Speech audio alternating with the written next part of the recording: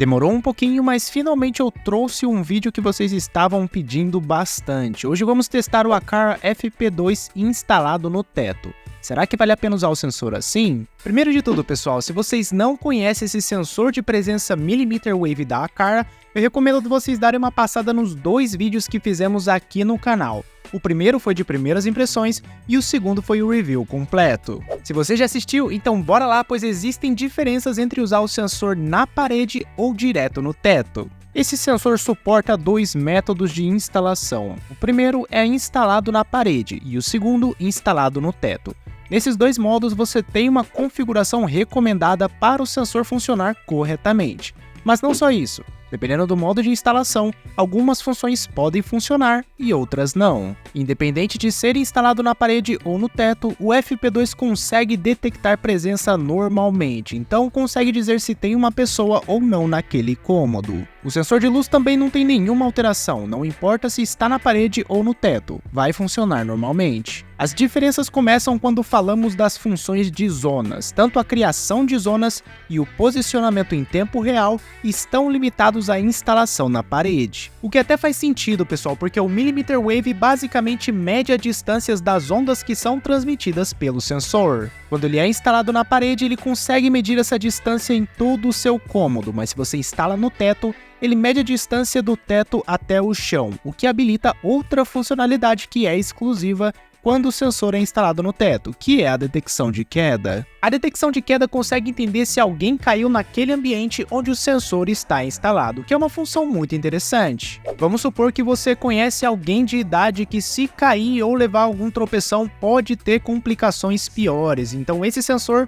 vai conseguir te notificar ou notificar alguém que possa ajudar naquele momento. Você também pode colocar em uma escada para caso alguém tropece, enfim, são várias as possibilidades. E pessoal, para fazer o vídeo valer a pena, é claro que a gente vai testar essa função aqui. Então a primeira coisa que fiz foi instalar o sensor no teto. Tive que fazer uma pequena gambiarra aqui para o sensor chegar até lá, mas idealmente na sua casa deveria ter um ponto de energia bem próximo ali. Abri o app da Aqara e ele já conseguiu detectar que a instalação do sensor está diferente da que eu tinha antes. Isso porque o sensor tem um giroscópio que detecta se ele está em pé ou deitado. Quando você entra num aviso que o sensor está em uma orientação diferente, você pode tocar no botão Setup Now. E aqui você tem duas opções, Zone Detection e Monitoring of Falling Down. Você não consegue selecionar as duas opções de uma vez, ou é um ou outro. Aqui eu troco para Monitoring of Falling Down, retorno para a tela anterior, dou um refresh e em alguns instantes temos um novo status chamado Falling Detection.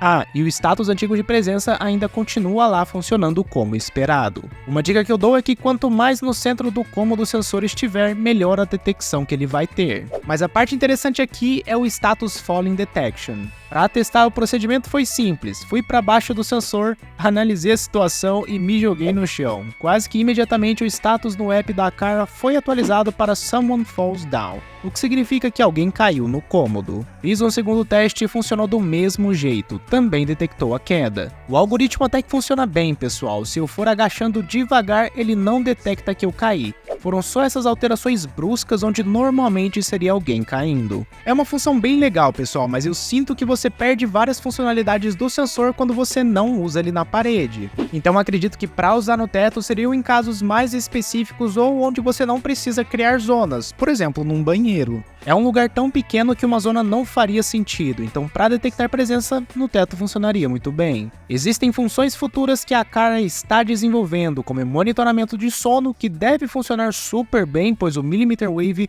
consegue detectar movimentos tão pequenos quanto a respiração de uma pessoa, e também está desenvolvendo a detecção de postura, que consegue dizer se você está deitado, sentado, em pé ou andando. Não temos muitas informações se essas duas novas funcionalidades vão ser compatíveis tanto com a instalação na parede ou no teto. Aí a gente depende muito da Aqara para dizer o que vai acontecer. Aliás, tem um asterisco bem pequeno dizendo que algumas funcionalidades podem precisar de uma assinatura dos serviços da Aqara.